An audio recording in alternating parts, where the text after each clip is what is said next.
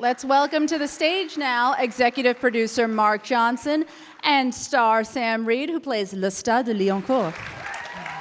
Mark, since AMC acquired the rights to Anne Rice's iconic novel 5 years ago, you've led the charge in building out this whole television universe that includes Interview with a Vampire, Mayfair Witches, and the upcoming Talamasca. How do you approach this holistically as a producer, and are you aiming to keep them sort of visually and tonally similar, or different vibes? It's interesting. I've been with AMC. I've had a deal with AMC ever since we did Breaking Bad. So we did, I've done a number of shows, Breaking Bad and Better Call Saul and Halt and Catch Fire and Rectify with AMC. And so we had a pretty good shorthand understanding and friendship. And they approached me with the Anne Rice books. They acquired 18 of them and said, would you be interested? And I don't know if I've ever admitted this before. I had not read Anne Rice, so I immediately did my homework and I said, that's some really great stuff here. And then I almost immediately met Roland Jones, who was already at work on the pilot for Interview with the Vampire. And those of you who don't know his work, the guy's a genius, and he somehow was able to take his interpretation of Anne Rice, still stay faithful to Anne Rice, and come up with something completely new. And so we had that, and then we thought, all right, now let's go to the Mayfair Witches, and which is now in, we just finished airing its second season and just started Talamasca, which is something else entirely. It's a great franchise for me, and I think for the artists, in that it is each book, each series of books is different from the others. So there's very little in common between these shows, and every now and then we'll have a character, we'll visit one from the other. But it's a great for a producer. First of all, she's an extraordinary writer, particularly if you place her at the time when she was writing, for a woman to be writing the stuff that she was writing was pretty extraordinary. But it's just it's been a great opportunity. And Sam, you know, your presence as Lestat in season 2 is at first this ghostly hallucination of a murdered Lestat who's appearing to Louis as he grapples with what he's done to you at the end of season 1. And then it leads to this reintroduction of almost the origin story, right, of Lestat as he's brought out on stage in the theater. How did you think about playing that as a memory versus the real Lestat? Well, I guess the whole way that Roland has structured particularly these first 2 seasons is through memory. So it was always kind of like an exploration of memory. When we see like the history, I mean, the revisionist version of Lestat in the 1700s, it's through the perspective of somebody who doesn't particularly like him or has some issues with him.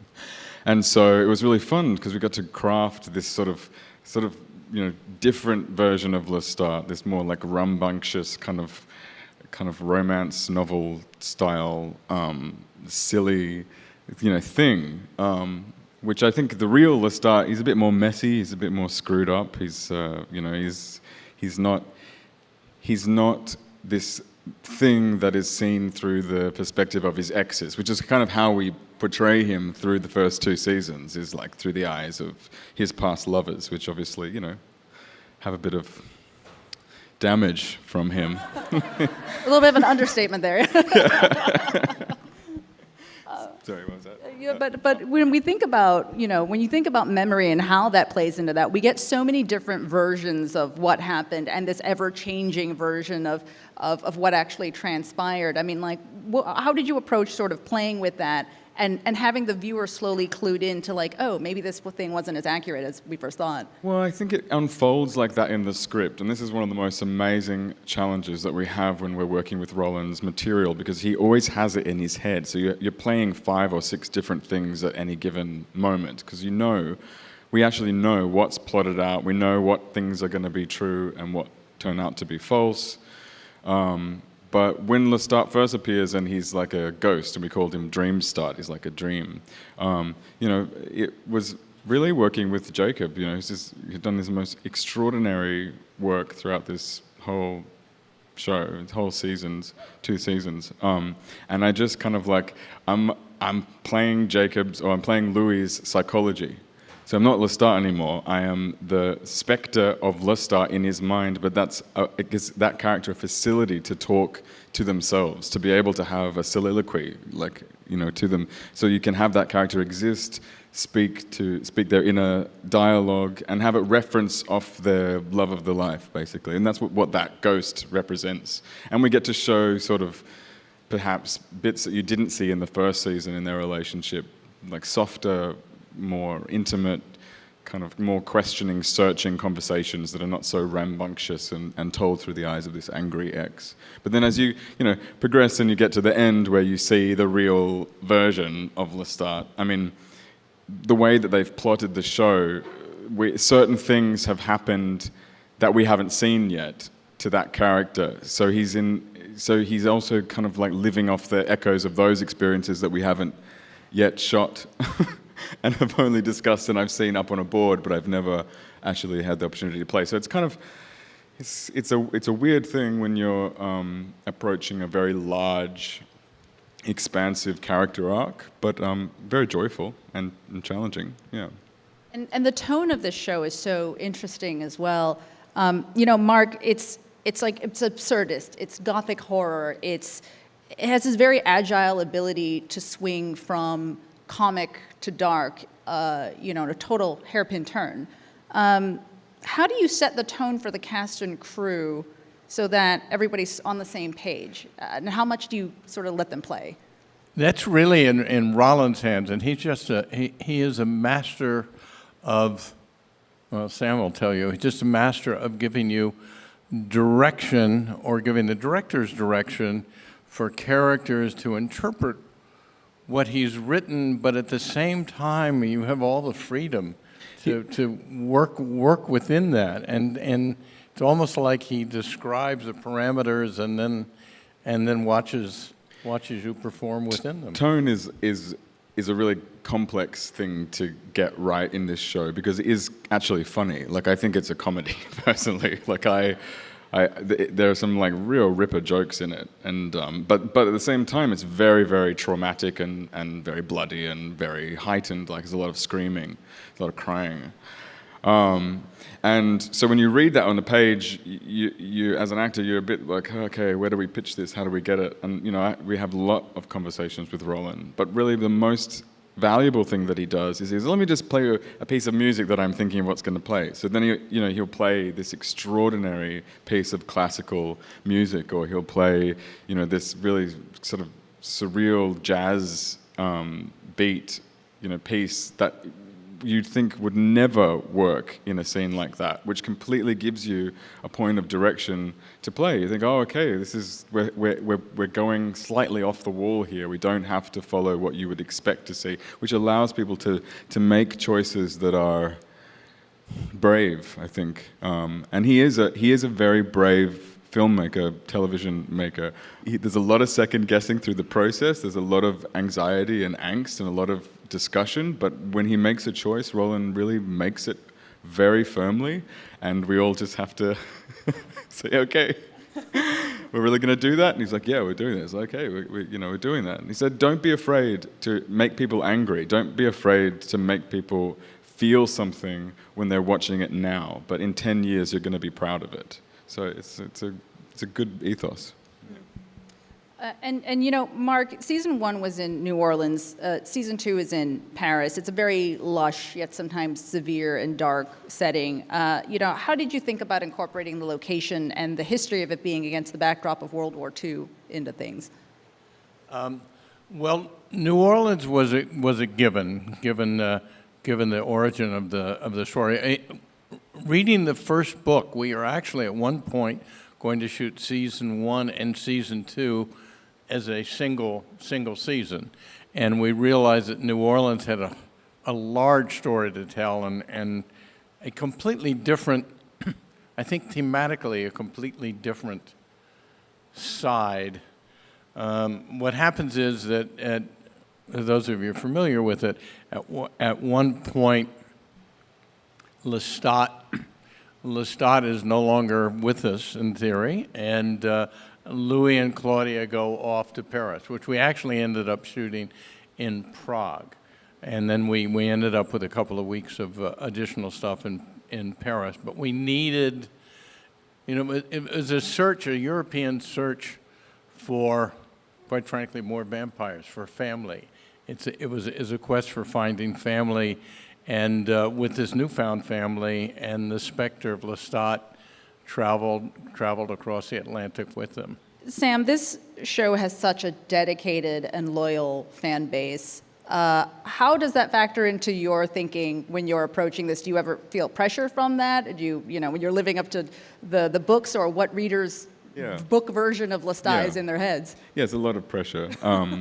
I've grown to love it, the pressure.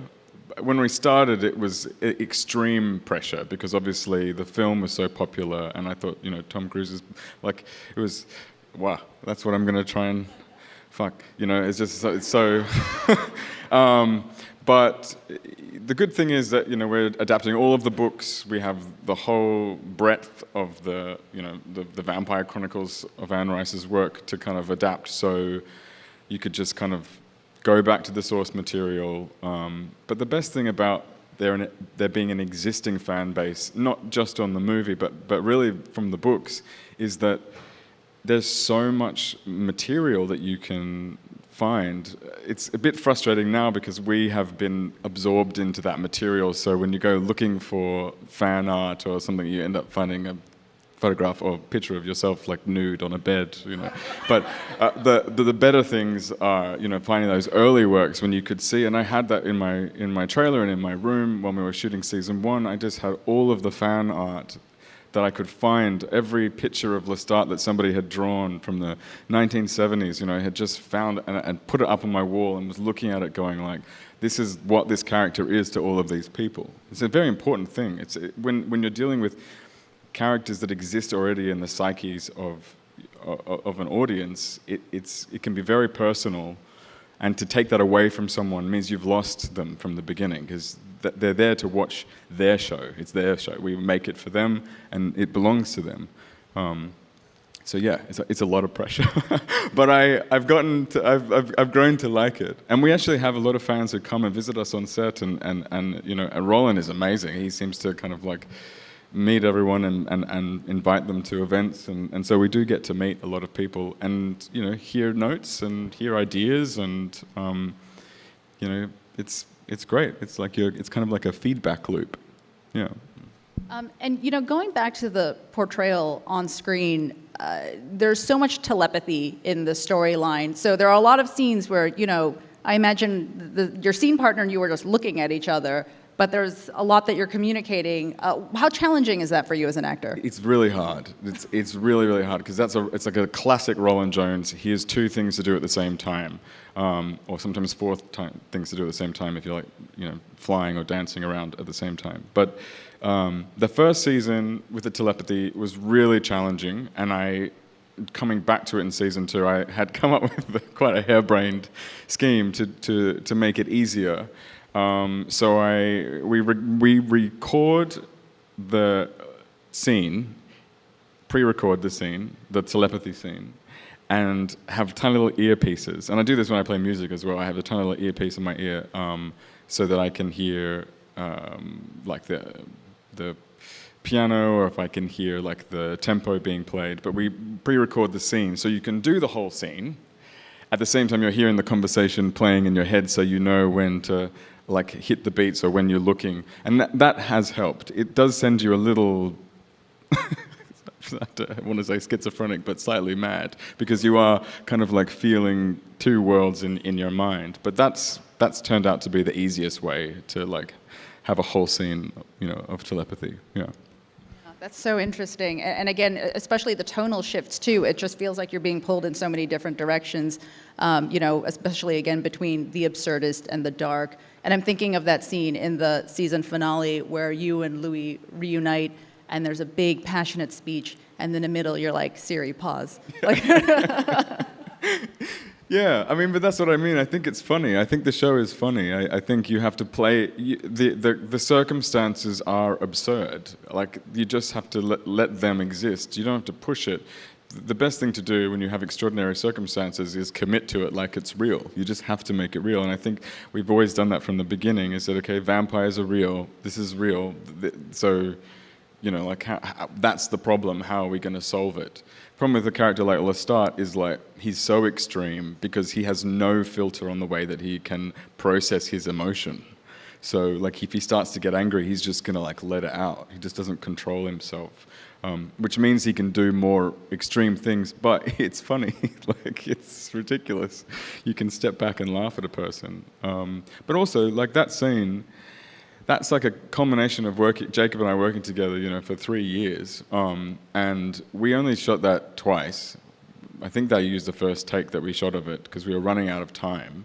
It was also the middle of winter in Prague, so we shot it on a soundstage in Prague, and it was like this, you know, set that was falling apart.